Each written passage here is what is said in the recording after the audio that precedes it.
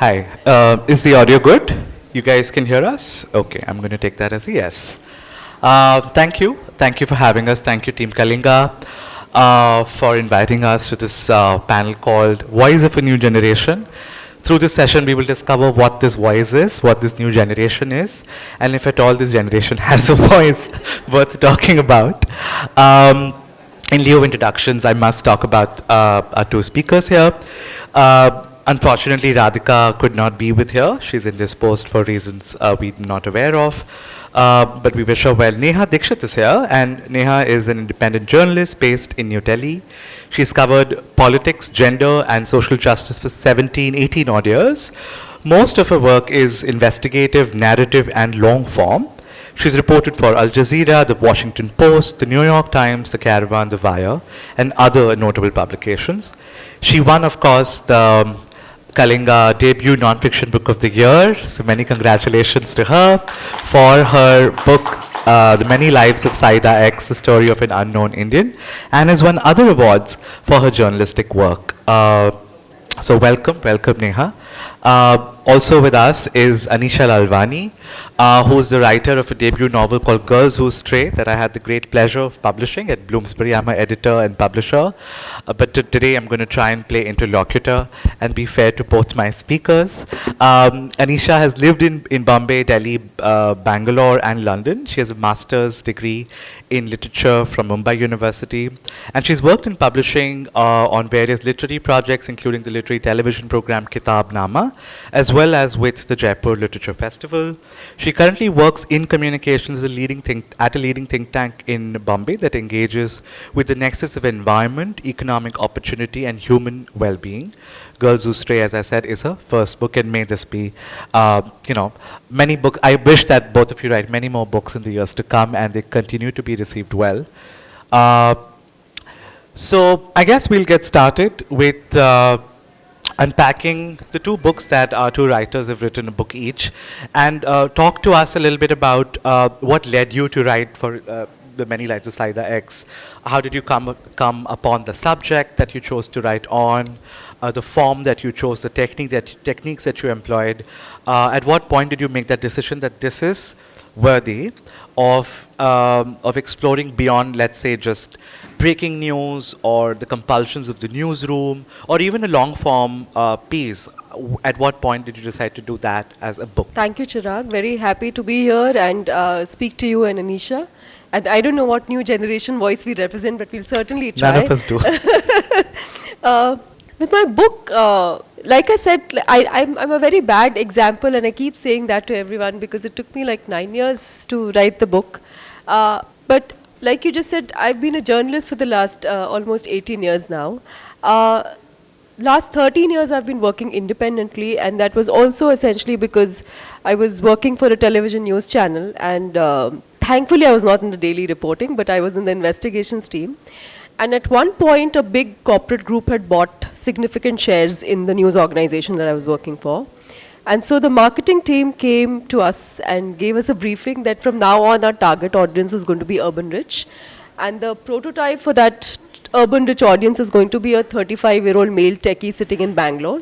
So when he comes back home in the evening, he should switch to this news channel. So the content of the bulletin, all the graphics, the fire that you see on the screen, all of them are according to the liking of the 35-year-old male techie. And we were told, because I was in the investigations team, we were told, you guys stop doing these jhola wala bleeding heart stories, so no farmer suicides or whatever. Do an investigation on who are the rich kids racing fast cars in South Delhi. So I realized I have no skill to do such a fantastic investigation. So that was above your pay grade. It's too exciting. Totally, yeah, no skill at all. And that's the point where I also realized what I definitely don't want to do in life. And so I realized that, okay, I'm going to leave my TV job and go back to a print job because I had a print sort of foundation. But I did not get a job and started working independently. But this was also a time when the 2012 anti-rape movement had happened. And before this, when we used to pitch stories on, say, gender violence or equality or anything related to social justice, there was a sense of dismissiveness and almost like desensitized about these things. So But after the 2012 movement, at least there was possibility to do stories around this. But I realized that even when in this freelancing sort of universe where I was doing a lot of stories on sexual violence, then realized that I was also doing them in a very episodic way. So to give you one example, to come back to your question, which is that I had written about the Muzaffarnagar riots that happened in 2013 in North India that displaced almost 100,000 people. And there were a number of cases of sexual violence.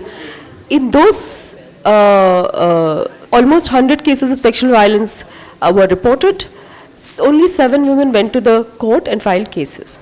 I also wrote about them. But after they filed the cases, they had to go back and work in the fields of the same people who had perpetrated that violence on them. So which meant that I was also looking at things in very isolated ways in silos, which meant I was writing about women who had faced this violence and survived it, but although at the same time they also had an identity as a farm worker, as a person in rural India or semi-rural India. So that's how it is the place where most of the migrant workers come and stay, because it's easier, the rents are cheaper and stuff. And so this other understanding of Delhi is where, North India and Delhi always, it's known, no, where people go and are, march on aggressive and say, "Arey, janta hai mera baap kaun hai, kya karega?" So in Trans Yamuna there's a joke which they say that one South Delhi boy came and said, "Janta hai mera baap kaun hai?" Usne kaha, "Kaun hai?" He said, "Uski factory hai." अरे तो this guy from Jamna Par says, अरे यहाँ तो सबके बाप की factory है, because there are all these smaller industrial units in each and every household that we speak about. So this is the Delhi that is never reflected. And same, like for example, even in the for example, Patal Lok, I don't know if you've seen it, like there's a web series that talks about Trans Yamuna, but there also the conversation about the people who live in Jamna Par is the Kida Makodas, the insects that live. So there is a complete, it's in a very systemic way, there is a structural way, there is a putting people on the margins, putting them away from the eye, and not ever accounting for these are the same people who are keeping this richer Delhi going. So that, for me, that was an exploration. The other bit that was very interesting to me was, and I'll stop after that, is that how people's relationship with history of that city. For example, again, like I said, the Mughloka Delhi and the Shahjahanabad and all of that. So it is often spoken about. I met somebody called Nisha Radiowali. She's also a person I've spoken about in the book. Her name is Nisha Radiowali because in the 70s, when all these electronic factories were set up in Noida, they used to particularly look for adolescent girls with nimble fingers to be able to make TV antenna and optical meters and stuff like that. So Nisha Radiowali started working there, but there are a number of surveys and research papers that tell us that lots of these women then became the sole breadwinners of the family, to the point that they were never allowed to marry or make their own family or move away. So Nisha Radiowali at some point tries to escape the natal family, and she moves to a place called Bhagirath Palace in Chandni Chowk. Now, if you Google Bhagirath Palace, you will see that it's again Asia's biggest electronic and electrical market. But that Bhagirath Palace was actually the palace of Begum Samru.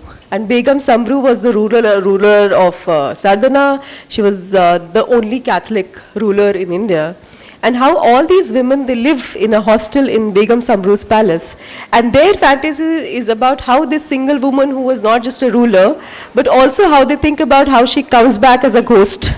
And every once in a while they look at her. So, people's relationship with history and the history that is documented, that was also very interesting to me in terms of Delhi. That's so fascinating. All these many stories and the many Delhis across the river becoming the sort of divider of where you belong and your sense of belonging and how you negotiate that. Anisha, tell us about the Delhi that you built, the Delhi that you created at the NCR, Noida world that you built, and how you decided to fictionalize this world, the sense of alienation. Because I think here, in your work, there's a middle class lens. Our protagonist is not dispossessed, is not really upper class, but is sort of comfortably middle class. She's the daughter of a government servant, and moves from these government assigned colonies to the first house that the parents can buy, finally after retirement in Noida, and how she navigates this sense of alienation, urban loneliness, which is also very symptomatic of another kind of Delhi. So talk to us about this Delhi and the world that you set your novel in. Yeah, sure. So, like you said, the protagonist of my book, who's simply called A, so basically her father has just retired from government service and she's moved from Johor Bagh, and the family has just bought their first property in Greater Noida. And I really wanted to explore this aspect of alienation. So this young woman feels extremely alienated, and I wanted her surroundings to kind of reflect that. So she lives in one of these, these very new apartment complexes in Greater Noida, and I have family, I have extended family there, so I've visited and I know what it's like. So it's one of these apartment complexes that we see all over, on the outskirts of tier 1, tier 2 cities all over India, but I think we've not really explored too much in fiction. So it's these very privatized kind of housing bubbles where you have, swimming pool, gym, Everything is in one complex. Everything is inside, and it's a newly built world. So the building is still being built, the apartment complexes are still being built. So there's no sense of community, of course. There are no neighbors even. I mean, it's a very new world. So I wanted that environment really to reflect her own alienation. And later on in my book, as she's kind of, like I said earlier as well, she experiences misogyny. So the story is that she has an affair with a property developer who's much older than her. And things happen and he distances himself from her after the crime that they are both involved in. And she feels this deep-rooted sense of misogyny. And like I said earlier, so there's this long scene where she's walking through Delhi and she's kind of musing on her own heartbreak and the misogyny and the misogyny that she has faced. And I really wanted to, like I said, juxtapose that against the broader misogyny of the city, of the country, and that moment of time where there were huge public protests in Delhi, which was this broad political questioning of misogyny, right? So that is when I brought in a lot of aspects about Delhi. Sexual violence. Yeah, where I kind of... So I'd go a little bit into sort of women rulers in Delhi and the history of all of that, and try to kind of juxtapose that against her own kind of feelings about women and misogyny. So that's where I really kind of explore the city in those scenes. I so see. yeah. And you do that beautifully, and in a very disturbing way as well. You come to see and acknowledge this Delhi that you don't think about in your daily life when you live in Delhi. You don't sit and reflect upon, oh, this is the city I live in, and these are the Delhis within Delhi, because one just sort of carries on with one's day to day. And back to you, Neha, how does one sort of navigate this positionality, right? The class you come from, the privileges you may have had or not, and then sort of choose to sort of work with a subject who does not share the journey that you've had. How do you navigate the ethicality of it? We have little time, I'm told. So briefly, just thoughts on how to navigate subjectivity, positionality. Okay, I understand you asked me this because the book is a non-fiction book for a lot of people who are not familiar. So it is, see, one thing is, like I said, I'm a journalist, and this is what my training has been, to report about what is actually in public interest. And so a lot of us, while we are reporting and documenting, we are just one cog in the wheel who has to document what is happening on the ground. So that is one bit. You asked this because I have written about Saida, and in these knowing her of 9 years and writing about her life, of course I come from a position of privilege, of caste, of class, and I have the advantage to go back to the world where I come from, instead of actually looking at Saida, who is working for 12 to 16 hours every day and struggling, and lots of women like her who are struggling in spite of working so hard and not even making 1/5 of the daily wage. So for me, like I said, Saida, I started writing about Saida because she is very open to the idea that she wants to share things about herself. Initially, my book, when I had done my preliminary research, the book was supposed to be about two women. But later on, Lalita was also mentioned in my book. She was from the Musahar community in displays, and so a lot of home-based workers don't want to say that they are workers. And one thing I say in this context is because when you go to women and you ask them, do you work, they say, no, I don't. And then you say, no, but I see you stitching these footballs. And they say, no, this is just to buy groceries for today. And so there's also a question of self-worth there, where men would sit and not take up any work till they're paid for those 8 hours, but women would take up any work. And so in this case, anyway, the media expects us, as a journalist, the media organizations that I want to report for, or perhaps was reporting for, want me to write about the urban rich. So here, in terms of public interest, of course I'm going to write about this. The ethics of this is like, for example, there are several cases against Saida, her family members. And so one was very clear that I'm going to make sure that her identity is not revealed. So we've changed names in the book. But at the same time, every possible thing that I've reconstructed from her life, she's very familiar that I am going to use it. Sometimes she also knows that I have spoken about Saida's own patriarchy against her daughter, because the daughter told me so. So everything has been corroborated. She's very much there now, and she's literate, so I'm waiting for the Hindi edition to come and for her to read. But also because Saida's very familiar, but she was also disappointed looking at the book cover, because she's a big fan of cinema, and she said, "ये क्या किताब के ऊपर पेचकस बना दिया?" Basically, बहुत बुरा, कुछ ऐसे Bollywood poster होना चाहिए था. So of course it's there. Structurally, I can't say that there is anything, but at a personal level, one has done all the possible safeguards and tried to make sure that I'm replicating what is being told to me. Thank you. That's very well put. I obviously have more questions for you, but in the interest of time, I want to open it up to audience members if they have questions. I see there's a gentleman here in the third row. Could we give him a mic if one of the volunteers could just help us? We'll quickly gather questions, bank them, and then have the authors, and also specify who this is for and your name and what you do. Good afternoon. Ma'am, my question is for you. First, what's your take on India's brilliant performance in the Freedom Press Index? And second part is, a couple of days back, Government of India came with an RTI Amendment Act, Personal Privacy Protection. So as an investigative journalist, when you have this threat on you that if you publish something which has not been consented with the person, in the case of scam or something, you could be endowed with a defamation suit for 500 crores. So as a journalist, how do you feel about these two things? On the Press Freedom Index. I already have 3 cases against me, so that answers the last bit of your question. But we'll just gather more questions. So sorry. Any more questions? And we try and keep them brief. And another thing, if you're still in touch with The Wire, say thank you to Karan Thapar on my behalf. You had a question? Yes. You have to forgive me for rushing through this. Yes, you have a question. Hello ma'am, I'm Divyansh and I'm from Bhubaneswar. It's great to finally have some journalism of you, but seeing that during the UPA time, the wave of the journalism theme, there was a different kind of freedom there, which right now in many institutions you are seeing is declining, is completely dead in some way. It's done, not there. So sometime, is there kind of a, you see that there is a cynicism and you are praying every day for a hope that we get that freedom again, and we do not discuss about India's Got Talent. Is there hope? Okay, is there hope is the question. Okay. And to the gentleman's question, you want to take both of them? Yeah, quickly. One is, of course, India has done abysmally bad in the Press Freedom Index. We have gone down. There is a lot of censorship. And just combining your question with this is that, let me just say, journalism is always anti-establishment. A lot of us have reported, and no political party has liked what we have done, and we were told that when you report something and you get a legal notice, it's a badge of honor.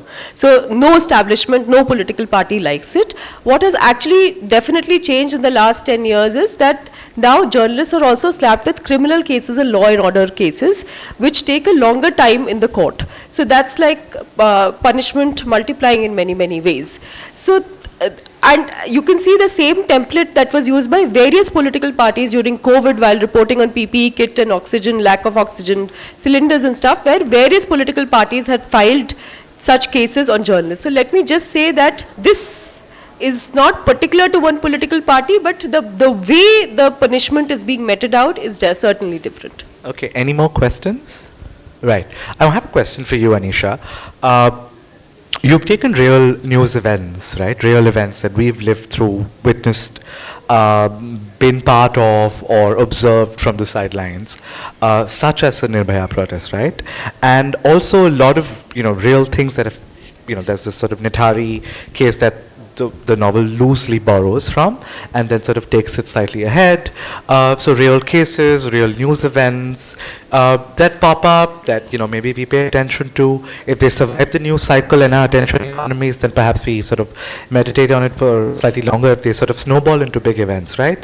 How important for you was it for you to sort of take these real events and put fact and fiction in bed together, right? And then sort of take liberties with it, right? So what do you do with these real news events and real situations, and how do you then fictionalize them? Yeah. So so like I mentioned earlier, my book is a thriller. So it's about this young woman who gets involved in a double murder, and then nothing happens. I very much wanted to discuss that state of being where you're involved in a crime, but then nothing happens for a very long period of time. And the more I wrote about it, the more I realized it was very close to the Nithari Noida serial murders, which really were exposed in 2006, where the bodies of very poor kids, they were found in the backyard of this very wealthy man's house, Moninder Singh Pandher. And basically the parents kept trying to file FIRs. They were poor, from a slum nearby, but because they were poor, the cops kept dismissing them. So the more I wrote about it, the more I realized I was really wanting to write about inequality, really, and really wanting to write about the sense of guilt. So I wrote about the Nithari case, but it's really from the angle of somebody who's involved in those crimes. It's not so much about the facts of the crime, or it's not a police procedural in the sense that who is involved and the mechanics of it, but it's more about the feelings about somebody who's involved in a crime involving poor children, and she herself is privileged, upper middle class, and then she doesn't do anything about it. So it's more about exploring these internal feelings. And similarly with the Nirbhaya case as well, it's more about exploring very internal, deep, fundamental feelings within you against these much broader political moments. So they're happening in the backdrop, and they help tell you that story. Yeah. We don't get into the nitty-gritties of these sort of real events. Exactly. They help actually tell your story. Fair enough. I obviously have so many questions, and I'm sure you do too, but we do have to sort of give this a close and a wrap. But our authors are around, so if you have any questions or thoughts, share them, walk up to them. Their copies are being sold at the bookstall above.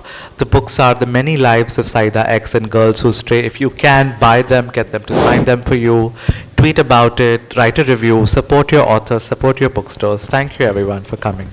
Thank you, Neha. Thank you, Anisha. With this, our session comes to an end. Thank you so much, Neha Dixit and Anisha Lalvani, for an amazing conversation. Your insights were truly inspiring. And thank you, Chirag Thakkar, for moderating this engaging discussion.